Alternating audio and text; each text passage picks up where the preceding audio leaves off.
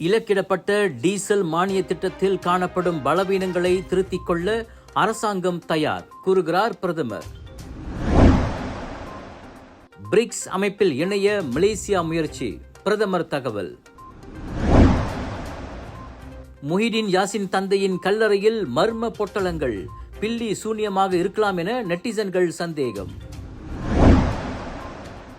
அரசரை அவமதித்ததாக முன்னாள் தாய்லாந்து பிரதமர் தக்ஷின் மீது குற்றச்சாட்டு.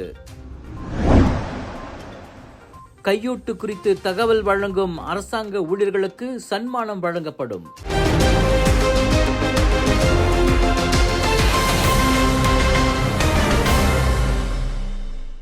இலக்கிடப்பட்ட டீசல் மானிய செயலாக்கத்தில் கண்டறியப்பட்டுள்ள பலவீனங்களை திருத்திக் கொள்ள அல்லது மேம்படுத்திக் கொள்ள அரசாங்கம் தயாராக இருக்கிறது.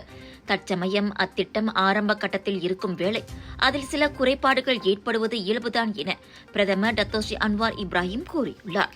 இலக்கிடப்பட்ட டீசல் மானியம் என்பது நாட்டிற்கு பெரும் இழப்பை ஏற்படுத்தும் தவறான பயன்பாடு மற்றும் திருட்டு பிரச்சினைகளை கையாளும் ஒரு நியாயமான நடவடிக்கையாகும். பலரால் அதனை ஏற்றுக்கொள்ள முடியாது என்பதை அரசாங்கம் உணர்ந்திருக்கும் போதிலும் தேசிய நிதி முறைகேட்டை தவிர்க்க அது மிகவும் முக்கியமானதாகும். வறிய நிலையிலுள்ள அல்லது வசதி குறைந்த விவசாயிகள், மீனவர்கள், சிறு தோட்டக்காரர்கள், பள்ளி அல்லது பொது பேருந்து உரிமையாளர்கள் அல்லது ஓட்டுநர்களுக்காக இந்த இலக்கிடப்பட்ட டீசல் உதவித்தொகை அறிமுகப்படுத்தப்பட்டுள்ளது. பெரும் பணக்காரர்களுக்காக அல்ல என்பதையும் பிரதமர் தெளிவுபடுத்தினார். நாட்டு மக்கள் வருமான வரி செலுத்தும் வேளை இதுவரை நாட்டிலுள்ள 38 லட்சம் அந்நிய நாட்டவர்கள் அரசாங்கத்தின் உதவித்தொகையை அனுபவித்து வந்துள்ளனர். 2 நாட்களுக்கு முன் சிங்கப்பூர் சுற்றுலா பேருந்து நடத்துனர்களும் சுற்றுலா நிறுவனங்களும் டீசல் உதவித்தொகை மீட்டுக் கொள்ளப்பட்டதால் விலையை உயர்த்தப் போவதாக அறிவித்திருப்பதையும் பிரதமர் சுட்டிக்காட்டினார். பல ஆண்டுகளாக அரசாங்கம் வழங்கும் உதவித்தொகையை சிங்கப்பூர் நிறுவனங்களும் தாய்லாந்து மீனவர்களும் அனுபவித்து வருவதற்கு அது தக்க சான்றெனவும் பிரதமர் குறிப்பிட்டுள்ளார்.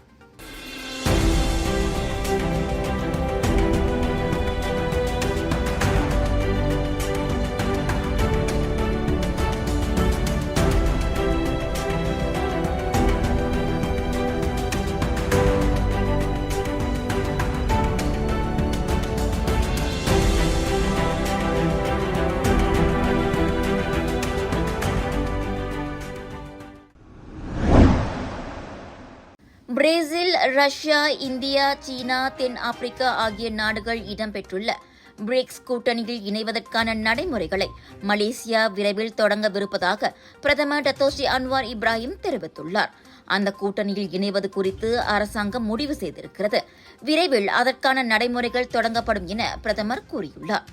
அதற்காக பிரேசில் அதிபர் லூயிஸ் இனாசியாவுடன் தாம் நெருக்கமாக பணியாற்றி வருவதாகவும் தென்னாப்பிரிக்கா அரசாங்கத்தின் இறுதி முடிவு மற்றும் பதிலுக்காக காத்திருப்பதாகவும் பிரதமர் கூறினார். ஷாங்காய் செய்தி நிறுவனத்திற்கு வழங்கிய நேர்காணலில் பிரதமர் இந்த விவரங்களை வெளியிட்டார். 2006ஆம் ஆண்டு தோற்றுவிக்கப்பட்டதிலிருந்து பிரிக்ஸ் கூட்டணி இருகட்ட விரிவாக்கத்திற்கு உட்படுத்தப்பட்டுள்ளது. 2011ஆம் ஆண்டு பிரிக்ஸ் கூட்டணியின் அசல் உறுப்பினர்களான பிரேசில், ரஷ்யா, இந்தியா மற்றும் சீனாவுடன் தென் ஆப்பிரிக்கா இணைந்தது.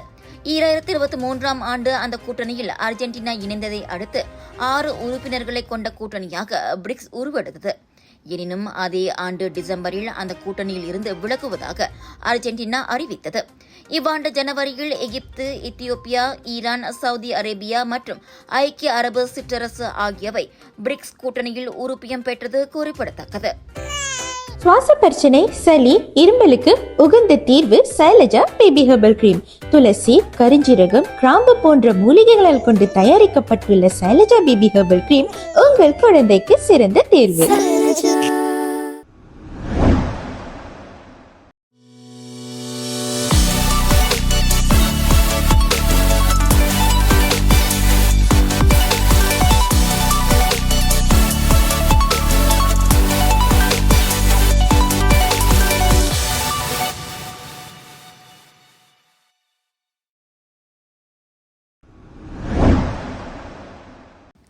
ஊழல் குறித்து புகார் அளிக்கும் அரசாங்க ஊழியர்களுக்கு பணமும் வெகுமதியும் வழங்கப்படும் என மலேசிய ஊழல் தடுப்பு ஆணையத்தின் தலைமை ஆணையர் தான் ஸ்ரீ அசாம்பாக்கி தெரிவித்திருக்கிறார்.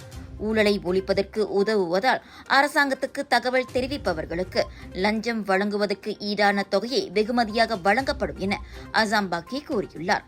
ஒரு ரிங்கிட்டுக்கு 1 ரிங்கிட் என்ற அடிப்படையில் அந்த சன்மானம் வழங்கப்படும். 100 ரிங்கிட்டுக்கு 100 ரிங்கிட், 10 லட்சம் வழங்கப்பட்டிருந்தால் 10 லட்சம் ரிங்கிட் வெகுமதியாக வழங்கப்படும் என அசாம்பாக்கி விளக்கினார்.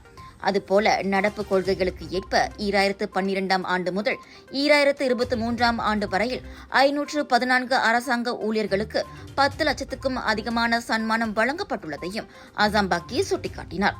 கடந்த மே மாதம் அறிவிக்கப்பட்ட 2024 முதல் 2028ஆம் ஆண்டு வரையிலான தேசிய ஊழல் எதிர்ப்பு யுக்தியின் கீழ் அந்த திட்டத்தை பொதுமக்களுக்கு விரிவுபடுத்தவும் திட்டமிடப்பட்டிருக்கிறது. எனினும் அது இன்னும் ஆய்வு நிலையிலேயே உள்ளதாக அசாம்பாக்கி கூறினார். அதற்கு முதலில் 2010ஆம் ஆண்டு தகவல் வழங்குபவரின் பாதுகாப்பு சட்டம் புதுப்பிக்கப்பட வேண்டும். அதனால் அச்சட்டத்தில் திருத்தம் செய்யும் நடவடிக்கைகள் தற்போது மேற்கொள்ளப்பட்டுள்ளதாக அசாம்பாக்கி கூறினார்.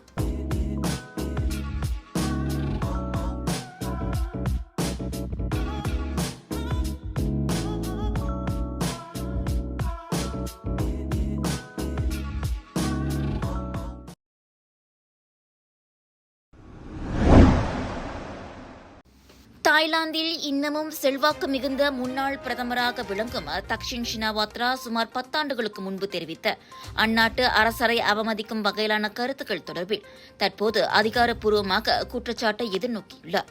தாய்லாந்து கூட்டணியில் அரசாங்கத்தில் ஆதிக்கம் செலுத்திய பியூதாய் கட்சியின் தோற்றுநர் தக்சின் ஆவார். 2015ஆம் ஆண்டு தென்கொரிய ஊடகங்களுக்கு அவர் அளித்த நேர்காணல் தொடர்பில் அரச சட்டத்தின் கீழ் தக்சினுக்கு எதிராக குற்றம் சாட்டப்பட்டுள்ளது. 74 வயதான அந்த கோடீஸ்வரருக்கு எதிராக தொடுக்கப்பட்டிருக்கும் வழக்கு தாய்லாந்தில் அரசியல் நிலைத்தன்மையை சீர்குலைக்கும் ஆற்றல் உடைய 4 வழக்குகளில் ஒன்றாக கருதப்படுகிறது.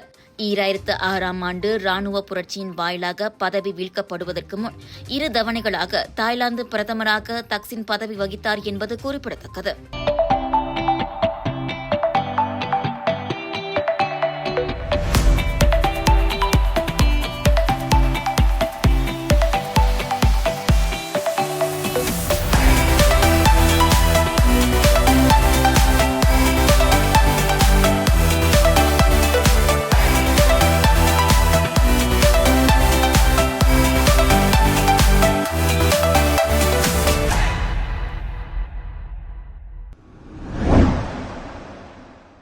ஜொஹோர் மூவாரில் உள்ள முன்னாள் பிரதமர் தான்ஸ்ரீ முஹிடின் யாசின் தந்தையின் கல்லறையில் பில்லி சூனியம் வைக்கப்பட்டது போன்ற ஏராளமான சிறிய பொட்டலங்கள் நூலால் கட்டப்பட்ட நிலையில் கண்டெடுக்கப்பட்டன.